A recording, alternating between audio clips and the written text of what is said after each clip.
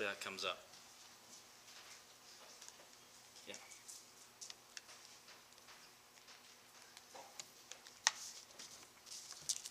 Just in case I wasn't clear this morning about the Supper Club, which I've reposted a new list because since this morning, some people have took me aside and said they wanted to join, so I wasn't going to bar anyone from joining at last minute.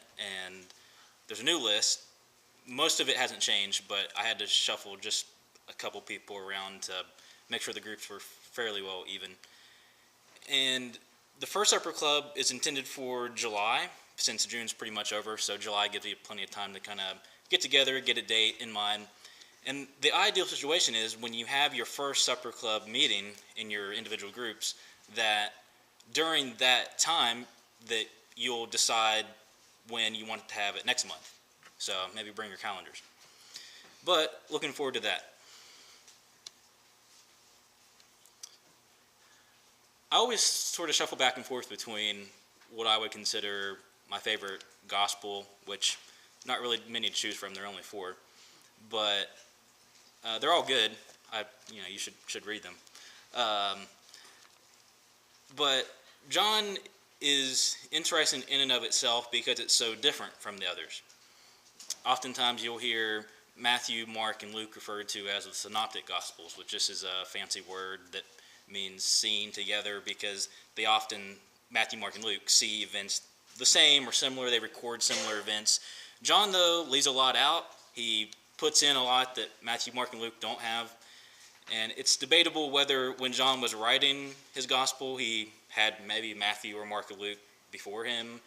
Could be the case. There are certain places in the gospel where it seems like he may be alluding to something Matthew, Mark, or Luke wrote. But other times you think, man, he's just going for it. He's a trailblazer. He's trying to write something new and amazing and tell us who Jesus is. Specifically, Jesus, who is the one who's come down from above. John chapter 6 talks about Jesus being the bread of life, kind of like when Moses called down God to send bread to feed the Israelites. God has sent down Jesus from heaven, who has given life. He is the bread of life. And John's gospel starts out in a pretty extraordinary way when he claims that Jesus, who has come to dwell among us, verse 14, he has became flesh. He's become like a human being. That Jesus was in the beginning with God because he is God. He was God. He's the incarnate Word who represents God's true self because Jesus is God. I hope that didn't confuse you. It confused me. But as the narrative continues, John kind of dictates to us how this all comes to play out. Because again, you remember in this prologue, John says that the Word became flesh, yeah, but he came to his own people, his own home, and even they did not receive him. The world does not receive him because the world is darkness, and darkness hates light. The darkness can't comprehend the light or overcome the light. And so really John's gospel is a play off that to see all the different people Jesus encounters in his ministry. What's their response? Are they going to believe this true light who comes down from heaven, this bread of life, or are they going to reject him? And some people no doubt reject him without even really giving him a chance to explain who he is. Others, like we'll see here in a moment from the story that Colby read, believe with little warrant, little evidence, but yet they believe nonetheless. And beginning in verse 35, what was a brief narrative about John the Baptist, who was, again, the forerunner for Christ, the one who came crying out in the wilderness, prepare the way of the Lord. And so it transitions to Jesus, from John's ministry of preparation to Jesus' ministry of expectation, the expected one, who John calls the Lamb of God, verse 29, who takes away the sin of the world. And it kind of goes pretty quickly because verse 19 through 28 takes place one day. Verse 29, immediately the next day. And then that continues through the verse 34, and then verse 35 another day. And so very quickly, John shows us what's going on just in a matter of days. And on this, I guess what would be the third day. This is where Jesus gathers his first disciples. One of them goes unnamed, but the other you know, who is Andrew, and we know Andrew because he was Peter's brother. And so Jesus comes along, and it's kind of different from, again, Matthew, Mark, and Luke, because there Jesus calls the disciples. He sees them out in the fishing boat, and he says, put your nets down, cast them on the ground, come follow me. Leave mother, father, all your family, come follow me. But in John, it's different, because it's not necessarily Jesus going and calling the disciples to himself, but the disciples almost seem to be going towards Jesus. Like there's something about him that's just drawing them to him. And so that's why in the gospel, witness bearing and testimony are such big themes, because as a disciple, it's only natural that if you follow Jesus, that means you go and tell someone about it. It's the natural transition from initially becoming a disciple to what it means actually being a follower of Christ. And so Andrew does that because he goes and gets his brother Peter. But in verse 43, on the next day, Jesus, leaving the area where he was, I think beyond the Jordan maybe, I can't remember. But he goes into Galilee, verse 43, on this next day. Finds Philip, says to him, follow me. Now Philip we know a little bit about from the Synoptic Gospels, Matthew, Mark, and Luke, but we know a whole lot more about him from John. And when I say a whole lot more, that's not saying we know a lot, but in comparison, we know quite a bit. And it's helpful, I think, to realize that John hardly ever uses the term apostle to refer to these guys, but instead disciple. For some reason, disciple is the key word, not apostle. Apostle, again, is one who is sent, and yeah, the disciples do that. They're sent, but not in the same sense they are in, again, Matthew, Mark, and Luke. So John chronicles these first disciples who, again, come to realize who Jesus is. He's the Messiah, as Philip says to his brother Peter in verse 41, we have found the Messiah, which, again, as the text says, just kind of means anointed. But verse 43, again, the text transitions to Philip, a guy from Bethsaida, who, like Andrew, decides that, well, if I'm going to be a follower of this guy, Jesus, then that means that I have to go tell someone about him. And it's interesting how that works.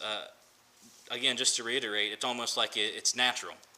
You're not really a changed disciple. You're not really a changed person. You're not really a Christian unless there's this natural progression towards evangelism. So, as Jesus is introduced to Philip and Philip follows him, he makes this claim when he finds his friend Nathanael. And he makes this claim in verse 45 saying, we have found him about whom Moses in the law and also the prophets wrote, Jesus, son of Joseph from Nazareth. And there are quite a few things here that I want to draw our attention to just for a moment. Number one is that Jesus, what people are saying about him, who is talking about him, seems to have high expectations.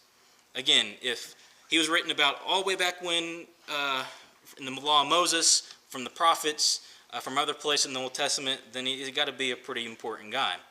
And whether Philip has in mind like an exact scripture, say Deuteronomy chapter 18, where there you have Moses who's idealized as this prophet, as this one whom the text says there will never be anyone quite like Moses, and then it talks about this one individual who God will one day raise up. And so maybe that's who he's referring to. Oh, maybe that's the scripture he's referring to.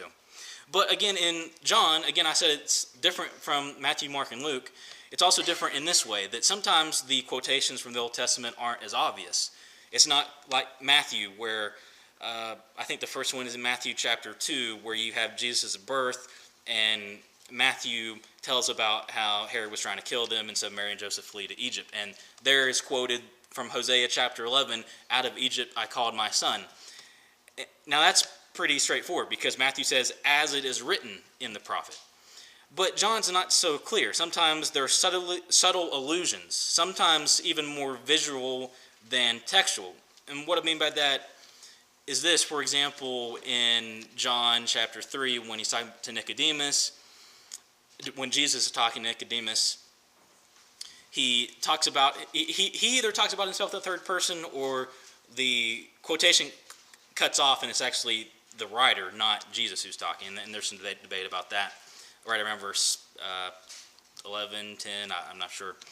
And there Jesus alludes to Moses. As Moses lifted up the serpent in the wilderness, which is a reference to Numbers 21, so must the Son of Man. Again, either speaking about himself in the third person or someone speaking about him. The Son of Man, Jesus, must be lifted up. And there's not an exact verse that he's quoting because you just won't find it, but he's alluding to this event where Moses again set up this pole, which if the Israelites looked at would save them from the serpents which were attacking them. And there's a whole story in that. So that's just one example, but again, subtle allusions. And so here, whoever or wherever he's talking about that they found Jesus in the law and the prophets or wherever, it's probably cumulative, and not just this specific verse. So, but I think I've said too much about that. The other thing I wanted to draw our attention to is, who is Nathaniel? And again, I don't want this to take over the sermon because, again, I do have a main point, which is important. But who is Nathaniel? Because here and in John 21 are the only places where Nathaniel is referred to. And according to the other Gospels, he's not an apostle. He's not a disciple. So who's Nathaniel? Well, he's friend to Philip. Seems to be pretty close to Philip. And so it's interesting that in the other Gospels where you have these lists of the apostles or the calling of the disciples, where you have Philip, you have the guy named Bartholomew. And Bartholomew is not who you think. Bartholomew is not a real name. Again, I know in English, Bartholomew, some people might be called that, but it's not actually a real name, at least in this text. I don't know if you've heard of what a patronym is, but it's basically a component personal name.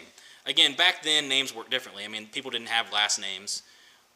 It's kind of funny sometimes, and I don't mean to offend anyone, but oftentimes you hear people refer to Jesus Christ, like Christ is his last name, like he was born to Joseph and Mary Christ. But Christ was not his last name. Christ is a title that refers to his mission. So he didn't have a last name. So kind of like that, names work differently in the ancient world. And in this sense, Bartholomew, again, I have it up here, and again, I know you can't read Greek or Hebrew, but basically, Bartholomew is a word which, if you take it apart, the first Barr is a Aramaic word which just means son of. And the rest of it would be Tholomew or Ptolemy, which would be the name of his father. So whoever Bartholomew was, again, Bartholomew wasn't his real name, had a father named Ptolemy, and everyone just decided to call his son of Ptolemy, so Bartholomew. And again, you see this name, or this title, this reference in the other Gospels. I have the references up there. But not in John. There is no Bartholomew. But there is Nathaniel. And because when Bartholomew is mentioned in the other Gospels, when he's called by Jesus, he's right there with Philip. And so most people think that, well, Nathaniel was his real name. Bartholomew was just the popular way that people referred to him.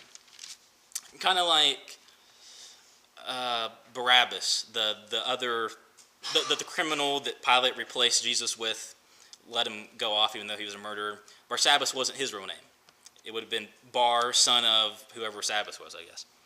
So, again, just put that in your back pocket because maybe that clears up a little confusion.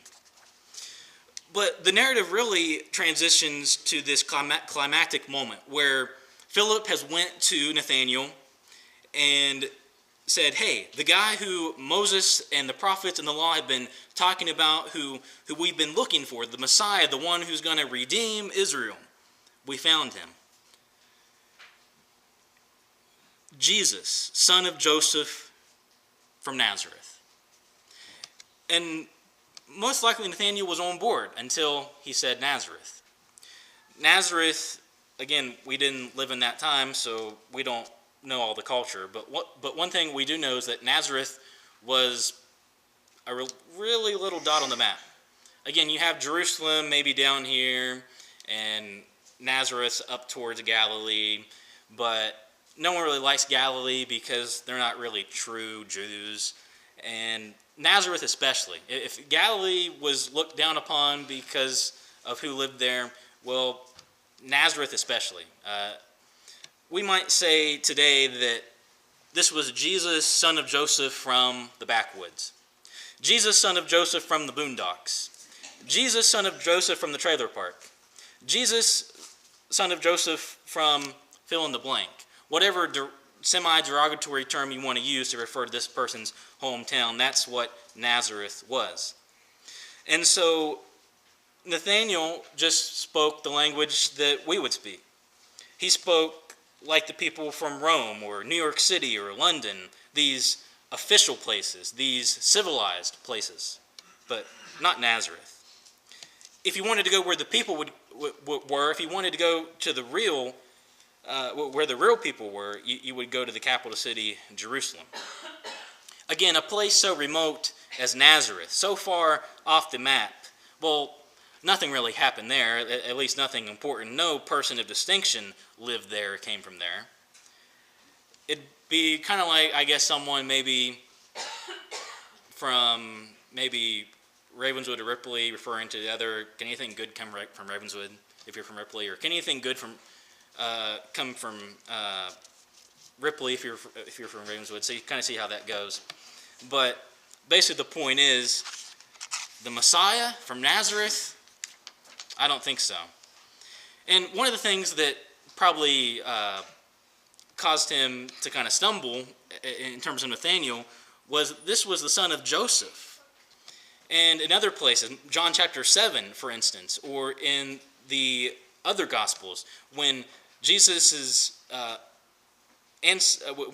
father Joseph is referred to, he's referred to as the son of the carpenter. And for Jesus to have been a carpenter, we might not think now, but back then certainly, was scandalous. That the Messiah would be a carpenter. And carpenter back then wasn't someone who worked with fine wood, but a carpenter back then was basically a construction worker. Someone who we would see wearing an orange vest on the side of the highway. That was Jesus. And that was scandalous because, well, you have someone who, like Celsus, who you might not know, but he was someone who wrote to kind of denigrate Christians, someone who tried to prove that Christianity, it's just a bunch of nonsense. And he said, well, if Jesus was a carpenter, that's kind of funny because wasn't this carpenter crucified on a piece of wood?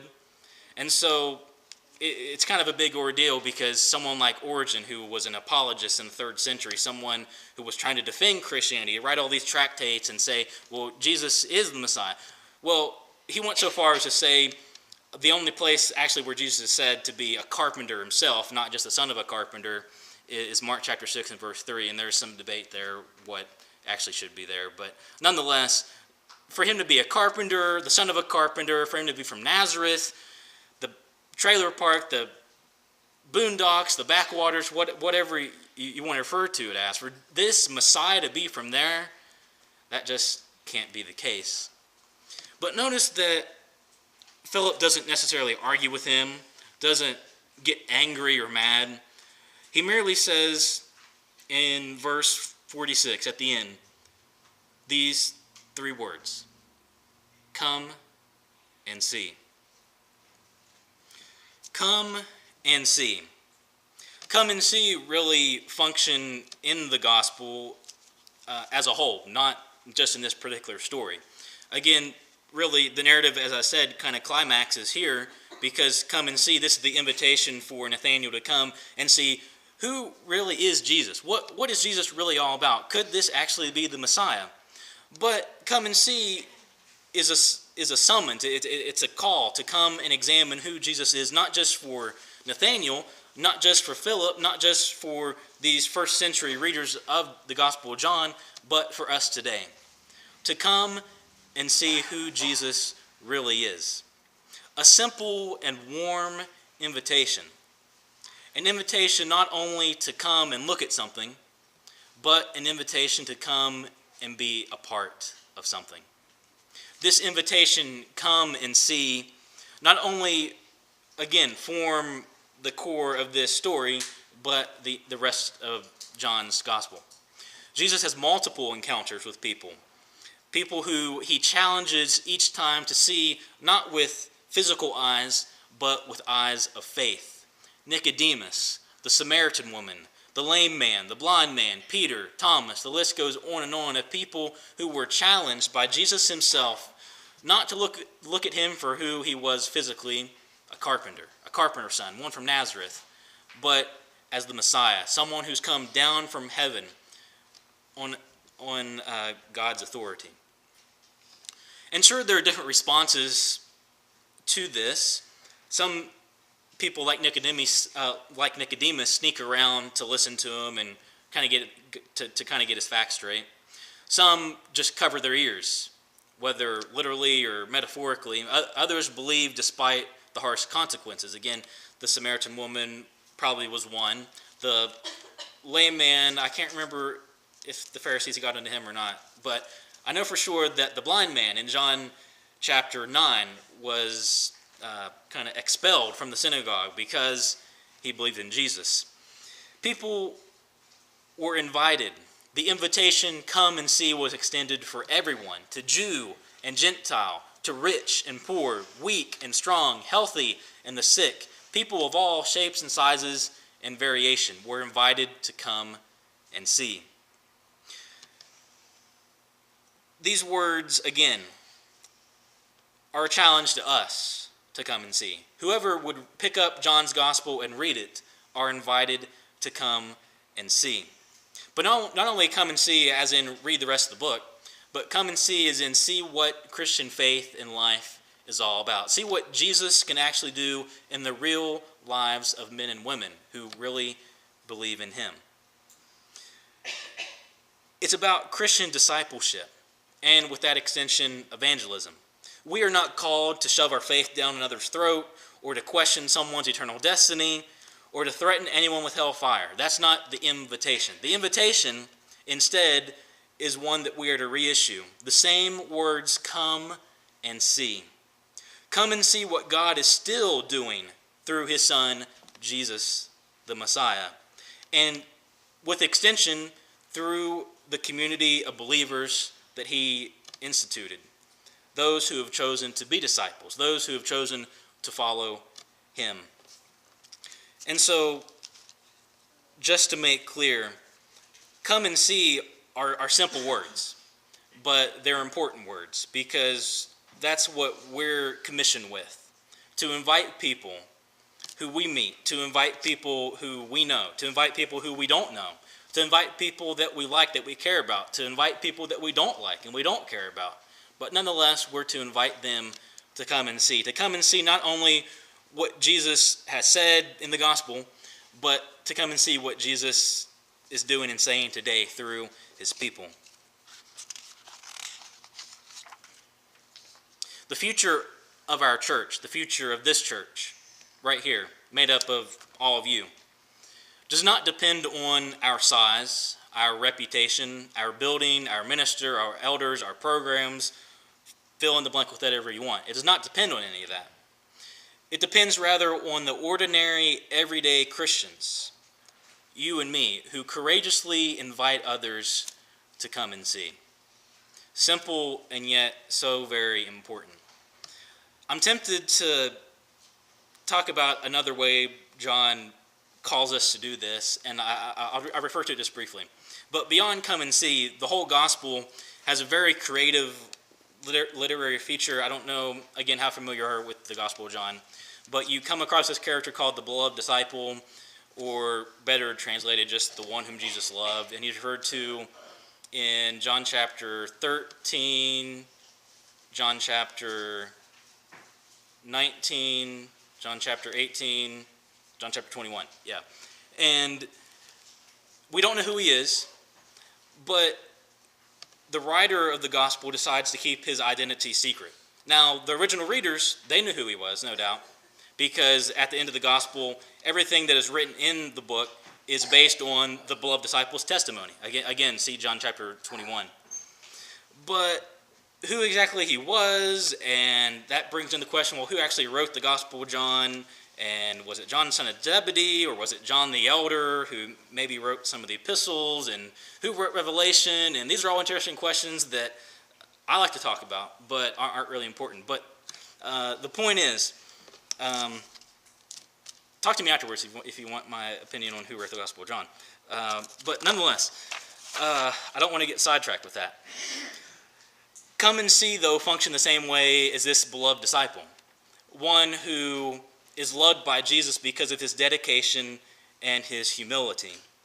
And so the reader is encouraged, is challenged, not only to invite others to come and see, but to fill the shoes of the beloved disciple, the one who Jesus loves, the one who stands by his mother at the cross, the one who is the first to get to the tomb in John chapter 20, the one who testifies to what all happens. Again, see the end of the gospel. And so that challenges us to be the disciple whom Jesus loves. But the disciple whom Jesus loves is the one who, again, is dedicated, is committed, and who is willing to courageously extend the invitation of to come and see. And to come and see, again, as I already said, assumes we have something that is amazing, something that is life-changing, and something that is important to us. If it's not amazing to us, if it's not important to us, if it doesn't change our life, change who we are, how we talk, how we live, then we don't need to be going around saying, come and see. Because the only way people are going to come and see is if they see Jesus in us. And so I have a couple questions that might help us in this regard.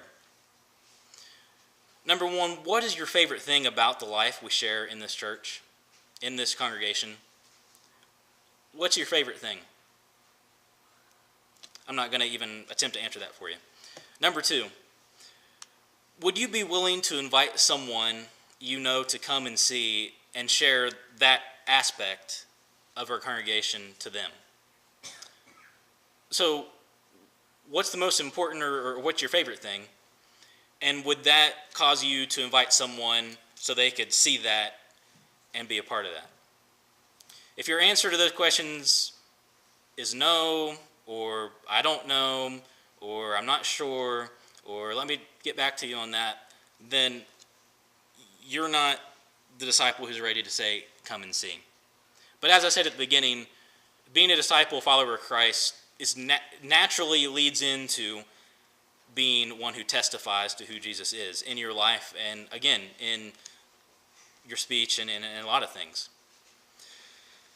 Though the precise meaning of Jesus' words here, and what I mean by that is I haven't even read it yet, but in verse 47, so Philip again brings him to Jesus, and when Jesus saw Nathanael coming toward him, he said of him, "Here is truly an Israelite, in whom there is no deceit." Nathanael asked him, "Where did you get to know me?" Jesus answered, "I saw you under the fig tree before Philip called you." Nathanael replied, "Rabbi, you are the Son of God. You are the King of Israel." Jesus answered, "Do you believe because I told you that I saw you under the fig tree? Behold, you will see greater things than these." And because I've already wasted a lot of time talking about the beloved disciple and things like that, again, I got sidetracked. Let me quickly just maybe say a few things about these last few verses in the story. Again, what the fig tree represents, metaphorically, I don't know. I mean, it was a literal physical fig tree, but it has some sort of importance here. No doubt, Jesus is somewhat referring back to stories in Genesis, like Genesis 28, Jacob, who became Israel, which is important because, again, Jesus says here, a true Israelite. And he probably is there thinking of the story in Genesis 32 about Jacob, who wrestled with God and then later became known as Israel, the patriarch of the nation. And so here, although Jacob was deceitful and he lied, he stole his brother's birthright, and he stole a couple wives and stole some idols from his father-in-law, and I guess technically uncle Laban. But Nathanael is a true Israelite in whom there is no deceit. And so that's probably what that refers to. And then the other thing, is what Jesus says here after that. You will see greater things than these. And he said to him, verily, truly, I tell you, verily, truly, just the two words are amen, amen, which is a way for Jesus to say, added confirmation. This is going to happen. Verily, truly, I tell you, you will see heaven opened and the angels of God ascending and descending upon the Son of Man. Again, I think a reference to Jacob back in Genesis 28, where he was on his way to Haran, where, again, his mother's relatives, Laban, were, and he wanted to get a wife. And on the way, he stopped and took a nap, and he saw this vision, and it was this staircase or this ladder, one or the other, and angels were descending and ascending, and basically, well, he eventually called that place Bethel, which just means house of God. And so he thought, well, God's literally here. And the point being that somehow there was this connection between heaven and earth. And so all I have to say this, that Jesus is saying, I tell you, you will see heaven open and the angels of God ascending and descending upon the Son of Man. The Son of Man is me, and I'm the one who provides the connection between heaven and earth. I'm the one who provides the connection, or rather maybe the reconnection between the divine and human. And so in this promise that Jesus gives, he offers this self-revelation to who he is, the Messiah, the Son of Man, the Son of God. Implicit in our invitation, again, like I said, to come and see, is that there's something extraordinary. And if Jesus isn't extraordinary to you, maybe you need to reconsider who Jesus is. Because if Jesus does not transform your life here, again, I think you've missed it. Because Jesus, who he is, what he's come to do, what he can do even today, means that lives can be transformed and changed through the power he has to offer forgiveness by dying on the cross, raising from the dead, and giving us hope. And so when people in John's gospel meet Jesus, they are changed. Whatever their deepest need was, Jesus meets it. And then, consequently, they go and tell others what happened.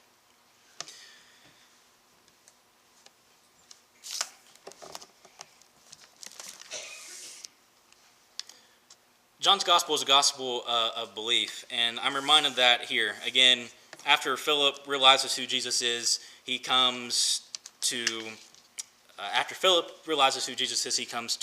Nathanael and simply says, come and see. And again, as the gospel proceeds, it's encounter after encounter of who Jesus is, what he can do, and how he's willing to help who he comes across.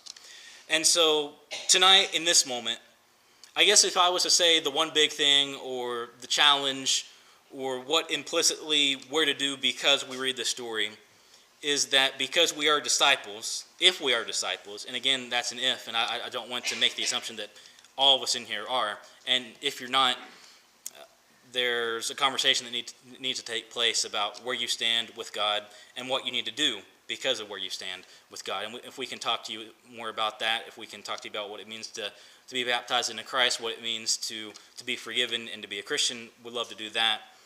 But also, if you're like me, where you're often reflecting and thinking, I wish I could do more, or I wish I could be courageous like Philip was, or courageous like Andrew was. And really, it is simple. It takes a lot of courage, no doubt, but it is simple just to come and see. And so may I just ask those questions that I asked a minute ago. What is it about Christianity, or what is it about church life here that's your favorite? And would that cause you, demand of you, to go and say to someone, come and see? Again, if your answer is no, then maybe we could pray for you or help you or encourage you in any way. And we sing the song to do that. So let's stand and sing.